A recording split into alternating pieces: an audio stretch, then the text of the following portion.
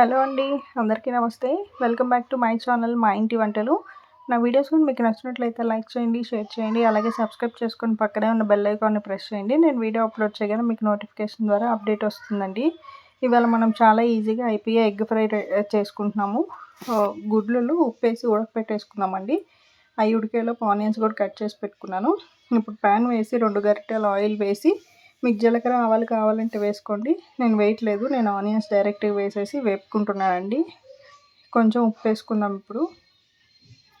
అలాగే కొంచెం పసుపు కూడా వేసుకొని ఒకేసారి ఫ్రై చేసుకుందామండి. ఆనియన్స్ బాగా రెడ్డిష్ బ్రౌన్ కలర్లోకి వచ్చాక అలాగా వేపుకోవాలి. ఈలోపు మనము ఎగ్స్ కట్ చేసి పెట్టుకుందామండి. హాఫ్ చేసి పెట్టుకోవాలి. ఇది పప్పులోకి బాగుంటుందండి ఈ ఫ్రై. ట్రై చేయండి. ఇప్పుడు చూడండి ఆనియన్స్ కొంచెం రెడ్డిష్ బ్రౌన్ కలర్లోకి వచ్చాయి. ఇప్పుడు కరివేపాకు వేసి ఫ్రై చేసుకుందామండి.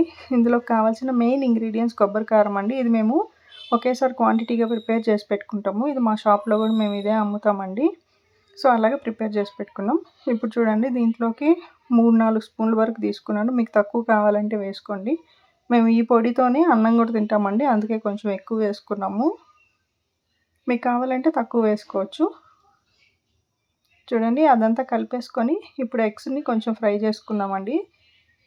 దీనికి ఉప్పు కారం పట్టేలాగా ఎవ్రీ 2 మినిట్స్కి ఒకసారి ఎగ్గును కదుపుకోండి అన్నీ పెట్టేశాక. చాలా బాగుంటుందండి ఫ్రై.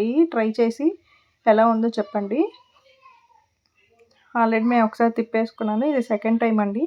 మీరు కూడా అలాగే ఎవ్రీ 2 మినిట్స్కి ఒకసారి తిప్పేసుకొని ట్రై చేసి టేస్ట్ ఎలా ఉందో కామెంట్లో పెట్టండి. థ్యాంక్ యూ అండి. బాయ్.